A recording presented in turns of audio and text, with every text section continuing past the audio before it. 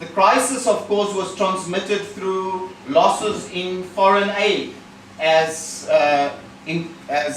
increased numbers of governments and so on withdrew whatever aid that they were providing, as they themselves experienced a revenue crisis.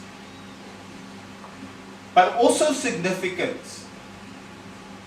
was the loss of revenue through remittances coming from the diaspora.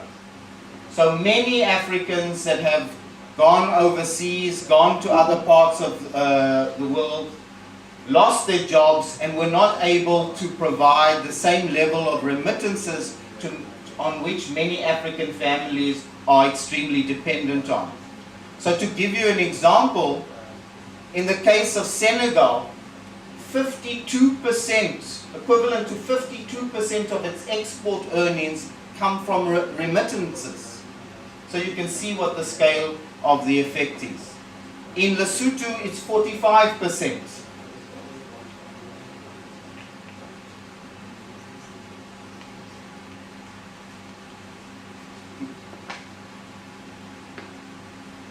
Of course, the situation leads to a new wave of debt crisis in Africa.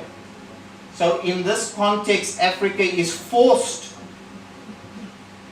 in spite of attempts to loosen ties with the IMF and the World Bank, it's forced back to go to the international financial institutions because it didn't have its own internal resources at the very moment that the IMF itself was increasingly delegitimized. And it's only through the crisis itself that the IMF is reinvented by the G8 and the G20 as a leading instrument to deal with the crisis. And so in South Africa, for example, which has a lot of access to internal markets for borrowings, for being able to issue foreign bonds, etc., its debt rose to an unprecedented level of 80 billion or 10 billion US dollars.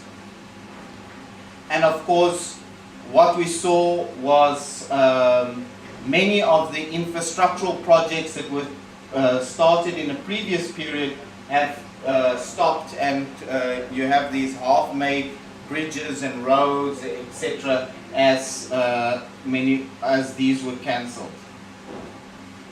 Now,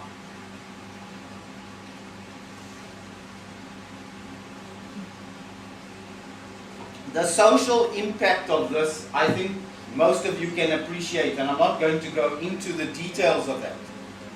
But just to say, a massive rise in unemployment throughout Africa, a massive rise in urbanization, a massive transfer of the burden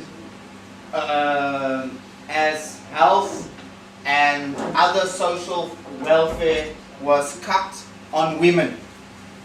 So historically, of course, women bear the major burden of providing, in the absence of state initiatives at health, welfare, education, it's women who undertake those tasks, and this burden has dramatically increased, as has, of course, hunger and malnutrition.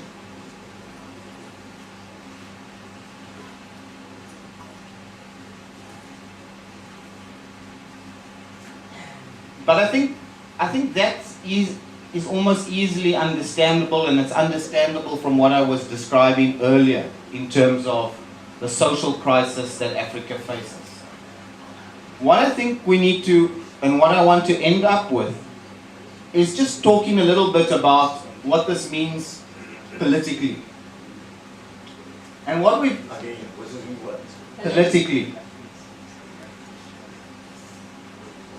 What we have seen is a rise in authoritarianism throughout Africa. So the so-called project of liberal democracy, itself always extremely weak, is coming apart as the global crisis has impacted.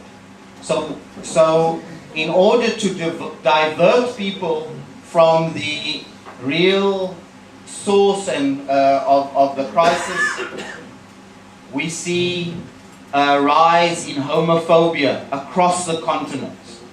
We see, for example, in Uganda, where where homosexuality has been made an offense punishable by death. We see the criminalization of gays and lesbians in many parts of the continent, as we see, at least in South Africa, a similar type of phenomena, not just in the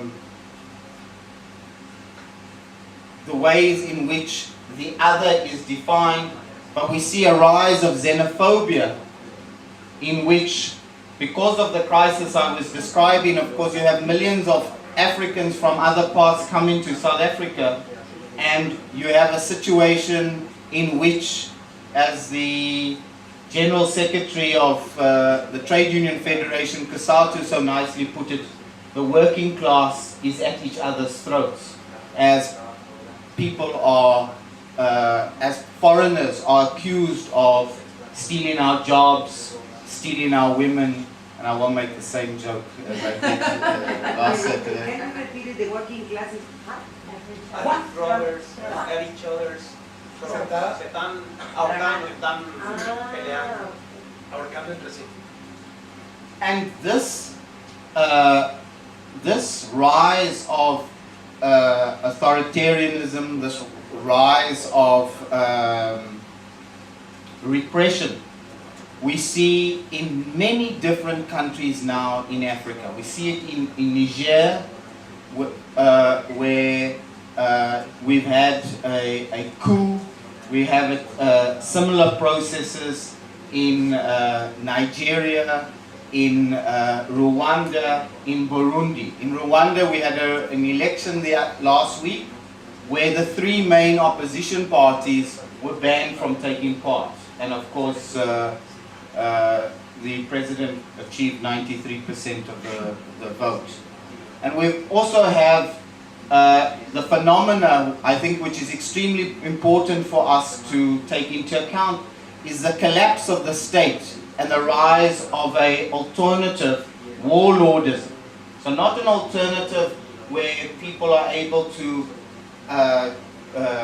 build their communities outside of the state, which would perhaps be a progressive development, but where the collapse of the state and its institutions is replaced by warlords who extract, in almost feudal terms,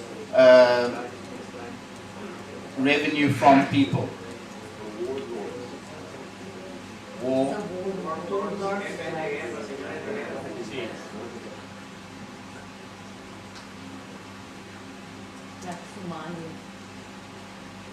This situation has, of course, forced many African countries not only to go in and to sign new agreements with the IMF and the World Bank, but also for them to enter into disastrous trade agreements with Europe and with the United States, with absolutely the most unimaginable consequences. So what is being rejected in the World Trade Organization is imposed on Africa, not just in terms of intellectual property rights, which is of course massively disastrous at a number of levels. In terms of biopiracy is one thing. In terms of access to genetic medicines is another element of that. But also in terms of the implementation or the restriction on domestic regulation through services agreements.